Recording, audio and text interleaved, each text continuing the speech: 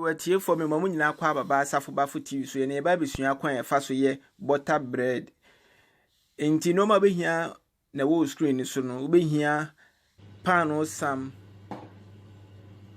margarine nkosua dedi kan kra no yeast no yeast mi su atre baako ema 500 grams of flour to bedi kan sa sugar no atre ketua bi agu yeast a wode isu warm agu mu no esi kire no be isu atre miensa margarine so isu atre mienu enti fa wo dry ingredient no guma ye sugar no na fe nutmeg no so misro kopebo ba de ni bi na twi eno na ebetimi ama ne scent no de o matwi dada na okonkom de won tehwe minim se dua bi achi na o makọ rere de agumo sedan enti wodi agumu awie se no na wo de wonchine enchire no so atre no saba ko anu achemu miensa na de baako agumu na fe de wo de vanilla extract powder one or more liquid one so ho ti do benya bia no na wo di agum tu bia na waka afrasa wanya utabo no ana bankuta so uni adina yedi kamu na yedi ye baking no mana into aka mana frabi na di kusua ba ko na wabọ na agum afide wo de butter no so agum afide yeast na me de insuo de de ti se di dwara kura egu mu no ena mahwe agu sam no mu no tim di kind de tabono no eka mu na mse asem bi ato mi modem hwe China for there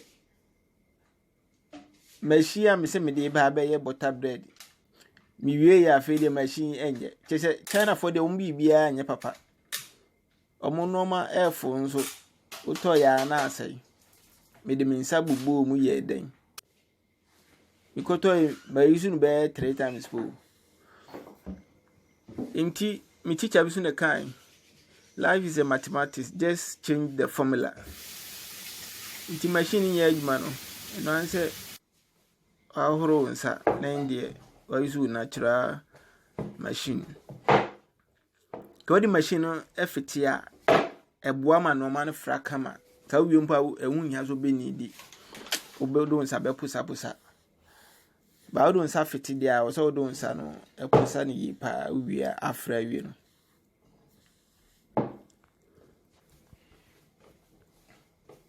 so pusa pa ye adwumaden mechia me namfo a me ne mko Kumasi Technical Institute Kumasi fo bekano butter blade ewo ile mu ha blade entu wiana ode eye oil afifa eye glass no misa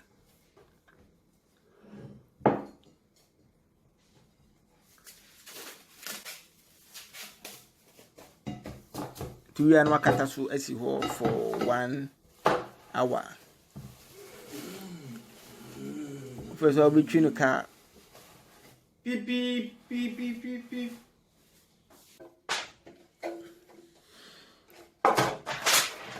into when I tunu mu so normally Ghana butter bread na butter bread na in a square form so anyway na the kata so no bia don't worry cry apostle Kwadisa for technology mewa do it in your own style in affordable way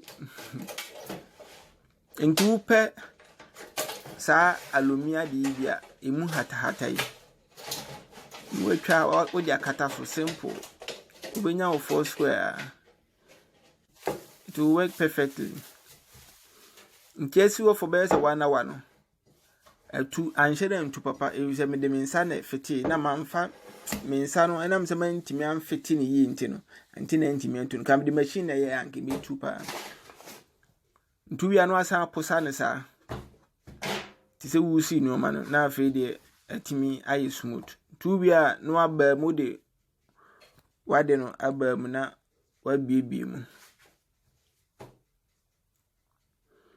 Na fi de wabobɔ no te sɛ wada anyane a wobobɔ kete no. Abra mi so ameka ina da single room. Oda kete so wi a no abobɔ. Ibu ana kakape aka wo. Tu wi ana do sa anwuma ne sa. Eti se wutiti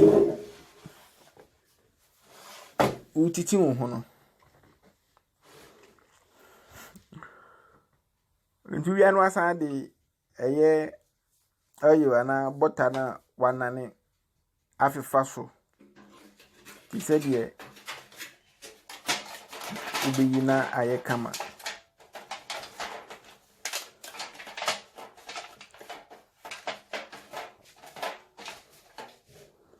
Ti se mi wiam de kwhye oven mu straight. Safo bafo butter bread. Enche mubehu safo bafo pastries ewo Kumase, Accra, Tamale. Many companies akese no de besie ani.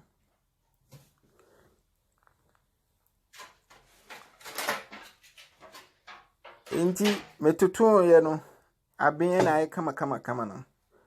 Butter bread eye simple kra. Iya hwemi o. Ehwehwe me. Eye me ya. Oh fine. Pan wa ehwe de de pa. Wonya pan wa ehwe ene ayi pe. Wi anu anya kosua bi. Oh fine. Ehwe pa me wi na ehwe pa. Tim do asese wanya bra wa hwe safo bafo. Won se ntutu ofi mu ba. Ehwe pa. Pan wa ehwe de wonya. Obi ana obetim de anum tin. Na so obetim de adi mpampa. Mechia safo bafo fan club a mo tubodom brepro atebubu tamale Ghana fa nyina. Nyankopon enhyira mo.